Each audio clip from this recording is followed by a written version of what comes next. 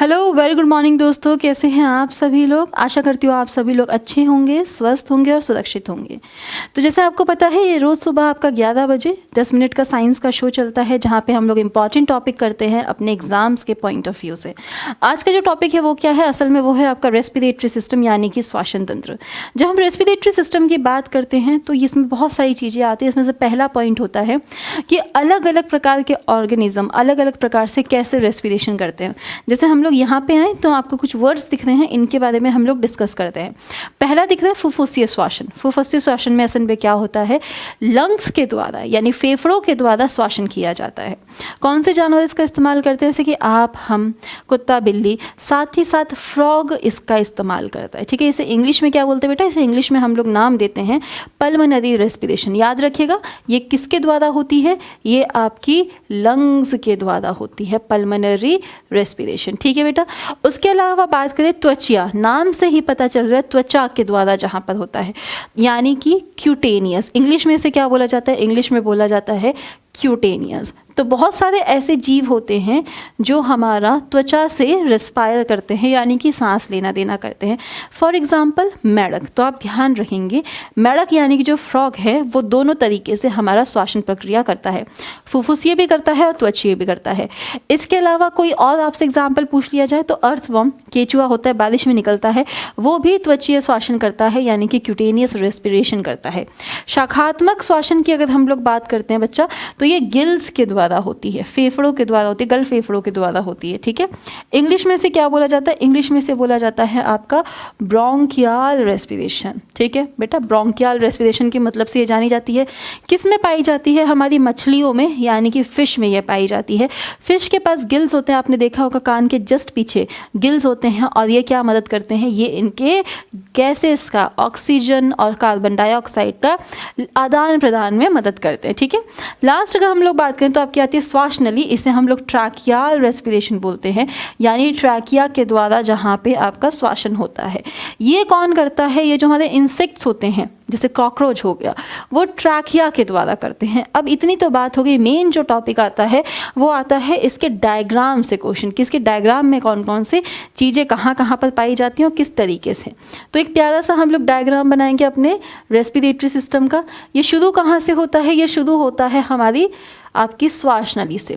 जब हम श्वास नली को देखते हैं तो इसके जस्ट ऊपर एक इस प्रकार की संरचना पाई जाती है, जिसे क्या बोला जाता है? एपिग्लॉटिस, यानी कि उपजिह्वा बोला जाता है। ये श्वास नली को भोजन नलिका से अलग करने के काम आती है। ठीक है, ये क्या है बच्चे? तो इसका अगर आपसे नाम पूछ लिया जाए तो नाम आप लोग बताएंगे। इसे हम लोग बोलते हैं एपिग्लॉटिस, यानी कि उपजिह्वा। ठीक है, लिख देते हैं आपके लिए यहाँ पे साइड में, ग्लॉटिस। और एपिग्लॉटिस के जस्ट नीचे, थोड़ा सा नीचे आके हमें क्या मिलता है? अपना स्वर यंत्र मिलता है, जिसे हम लोग किस नाम से जानते हैं बेटा? लैरिंक्स के नाम से जानते हैं। तो यहाँ पर है आपका लैरिंक्स, जिसे हम लोग क्या बोलते हैं? आपका स्वर यंत्र भी बोलते हैं, जैसा आपको यहाँ पे दिख रहा है। लैरिंक्स को मर्दों में, यानी मेल्स में, जो अडल्ट हो जाते हैं, बड़े हो जाते हैं, टीनेजर्स की एज में होते हैं, इसे बोला जाता है एडम्स एप्पल। क्यों? क्योंकि उपहार की तरह बाहर निकल के आता है, और यही लैरिंक्स है जो क्या करता है? औरतों और मर्दों में आवाज़ को भिन्न करता है। जैसे औरतों की जो आवाज़ होती है, महिलाओं की जो आवाज़ होती है, वो थोड़ी सी पैनी होती है, मर्दों की जो होती है वो भारी होती है, वो इस लैरिंक्स की वजह से होती है। अब जब हम नीचे आते हैं तो ये जो आपको दिख रहा है पाइप, इसे हम लोग बोलते हैं बेटा ट्रैकिया। और ट्रैकिया के चारों तरफ कुछ इस प्रकार की रिंग्स पाई जाती हैं, इसे रिंग्स ऑफ कार्टिलेज भी बोलते हैं। और इस रिंग्स ऑफ कार्टिलेज का नाम अगर आपसे पूछ लिया जाए तो आप बोलेंगे हाइलीन कार्टिलेज। ठीक है, ये किसकी बनी है बेटा? ये हमारे हाइलीन नामक कार्टिलेज की बनी है, और इसको हम लोग बोलते हैं रिंग्स ऑफ कार्टिलेज। ठीक है, इसके अंदर जो ये हिस्सा है, इसे बोला जाता है ट्रैकिया। असल में इसके ऊपर ये रिंग्स क्यों उपस्थित हैं तो उसके बारे में हम लोग बात करेंगे। ये ट्रैकिया है, यानी कि आपकी श्वास नलिका है। यहाँ पर उपस्थित होने का एक ही रीज़न है, रीज़न ये है कि ये मसल का बना है, और रिंग्स जो हैं वो इसे कोलैप्स होने से, यानी पिचकने से या फटने से बचाती हैं। ठीक है, ठीक है। आगे जाके ये जो आपका ट्रैकिया है, ये दो भागों में विभाजित हो जाता है इस तरीके से आपका। ठीक है। और आगे जाके ये दो भाग भी मल्टीपल ब्रांचेस यानी शाखाओं जैसी संरचना में विभाजित हो जाती हैं इस प्रकार से। ये चीज़ समझ आ गई। और ये कहाँ पर हो रहा है, ये इतना पूरा का पूरा प्रोसेस आपका लंग में पाया जाता है। कहाँ पर पाया जाता है, इस प्रकार से यहाँ पर लंग्स होते हैं, इनमें ये आपका पाया जाता है। ठीक है। अब अगर इसमें बात करें कि इनके नाम क्या होते हैं, कैसे होते हैं, वो देख लेते हैं। पर इसकी एक छोटी सी संरचना देखते हैं। वो छोटी सी संरचना क्या है, इसके जस्ट आगे ऐसे गुब्बारे नुमाकार आकृति पाई जाती है, जिसे हम लोग इंग्लिश में एल्विलाई बोलते हैं। ठीक है। वायु कोष्टिका के नाम से भी ये आपकी जानी जाती है। चलिए एक सेकंड बस मैं ड्रॉ कर दूं, फिर हम इसकी नेमिंग करेंगे और इसे समझेंगे कि असल में यहाँ पर हुआ क्या है। चलो, हाँ जी, चलो बच्चे नेमिंग देखते हैं। तो आपका ये जो ब्रांच आ रही है, इसे हम लोग क्या बोलते हैं, इसे हम लोग बोलते हैं ब्रोंकाई। तो यानी ट्रैकिया सबसे पहले किस में टूटा बच्चे, सबसे पहला ये हमारा ब्रोंकाई में टूटा।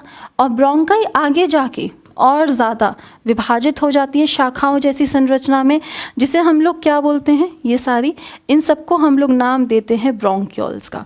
किसका नाम देते हैं बच्चा, ब्रोंक्यूल्स का। और ब्रोंक्यूल्स के आगे छोटे छोटे बहुत बारीक गुब्बारे जैसी संरचनाएं होती हैं, जिन्हें हम लोग एल्व्यूलाई यानी कि आपकी वायु कोष्टिका के नाम से जानते हैं। ठीक है, एल्व्यूलाई वायु कोष्टिका के नाम से जानते हैं।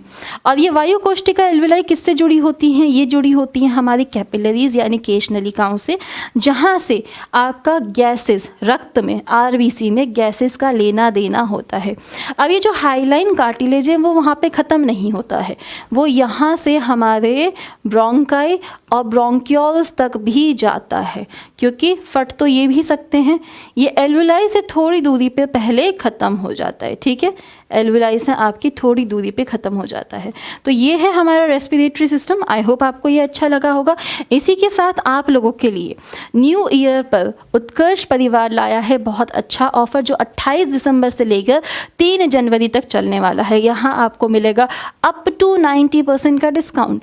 अगर आपके पास कोई प्राइम कोर्सेज हैं तो वहाँ पर आप एक्स्ट्रा 10% का डिस्काउंट ले सकते हैं। सिर्फ कूपन कोड आपको यूज़ करना है प्राइम, PRIME कैपिटल लेटर्स में।